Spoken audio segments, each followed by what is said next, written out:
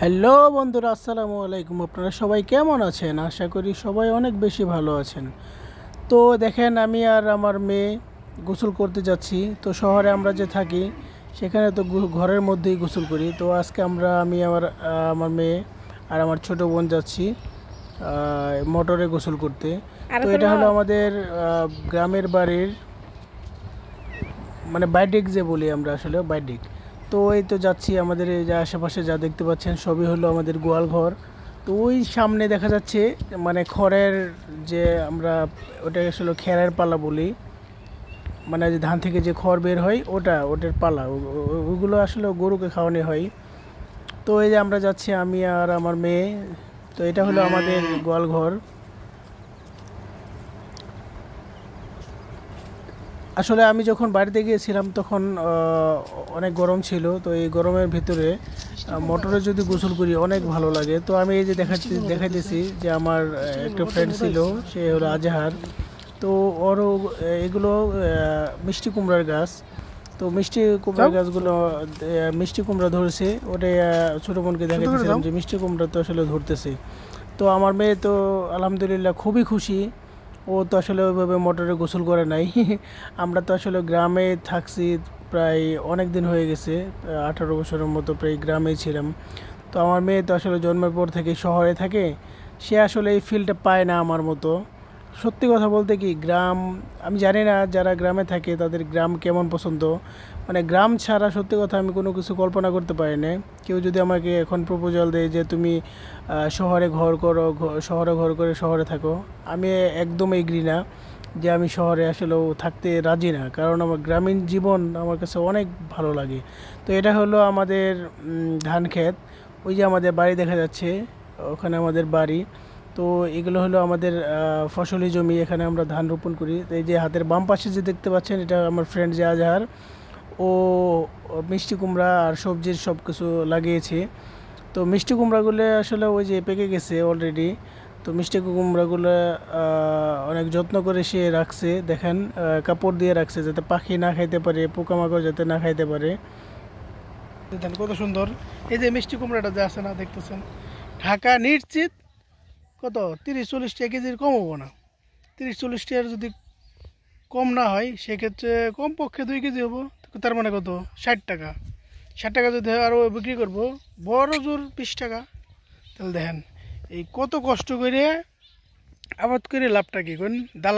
এই যে সামনে হইলেও যাবো, এই সামনে হইলেও কি এগুলোর নাম যদি কী কই রোনা, কুদুরি না, আমগর ধুন্দল।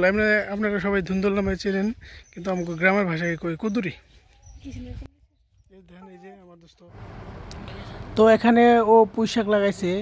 দুঃখের বিষয় হলো পুঁই শাক হলো আমার শাকের মধ্যে একদম অনেক পছন্দের একটা পুঁই শাক। তো সে সময় আমি বাড়িতে ছিলাম না, মানে ছোট ছিল, বাড়িতে ছিলাম যখন, তখন ছোট ছিল। এখানে হলো ওর গাছের যে এটা কী বলে, কদু বলে, আপনারা কদু বলেন, কিন্তু আমরা আসলেও কি বলি, এটা কুদুরি, কুদুরি বলি। তো কুদুরিও অনেক সুন্দর হয়েছে, একদম ফ্রেশ, একদম তাজা।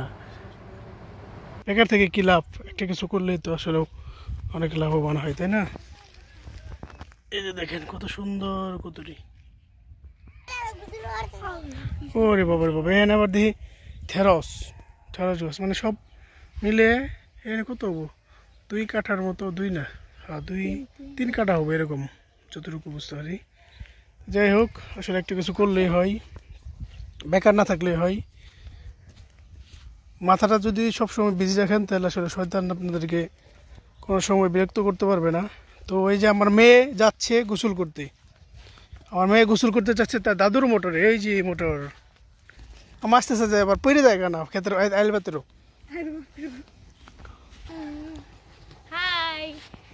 এই যে কুমকুম, কুমকুম আমার ছোট বোন, কুমকুম, ওরা আমি কুমকুম, হ্যাঁ, তো ওর নাম রোনা, আমি ভালোবাসি দেখি কুমকুম। তো হইলো আমগর এই যে বাড়িতে যদি আসি তাহলে ও হইলো প্রিয় ওমেন। যাও মো যাও, ও মা গো মা, পারো না, ওরে না একটু রোনা, এনে দিয়ে আবার এগুলো কি ফুল না জানি বলি কচুরি বানা ফুল ফুটছে অনেক সুন্দর। এ হলো অযোধ্যা অবহেলার মোটর আমাদের।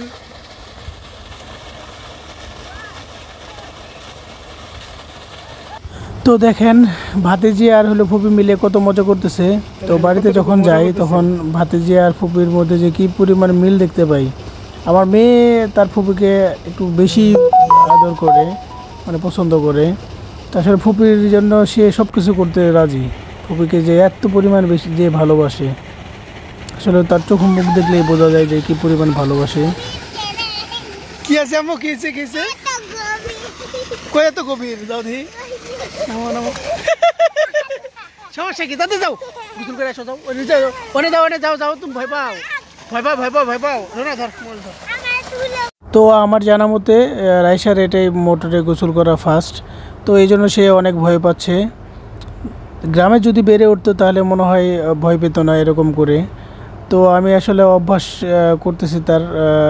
গ্রামে আসলে মানুষের জীবন কেমন হয়, ছেলে মেয়ে যারা বেড়ে ওঠে আসলে তারা যে ভয় পায় না, আমি আসলে তাকে বোঝাতে চাচ্ছি।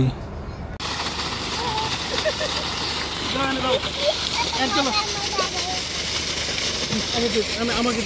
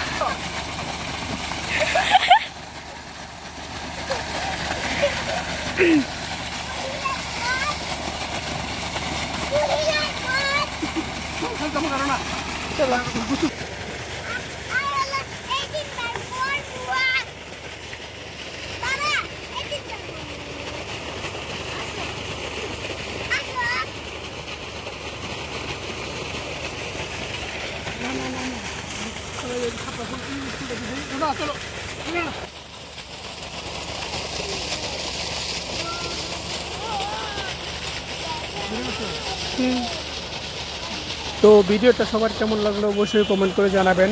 আর সবাই ভালো থাকবেন, আমাদের জন্য দোয়া করবেন। আল্লাহ হাফেজ।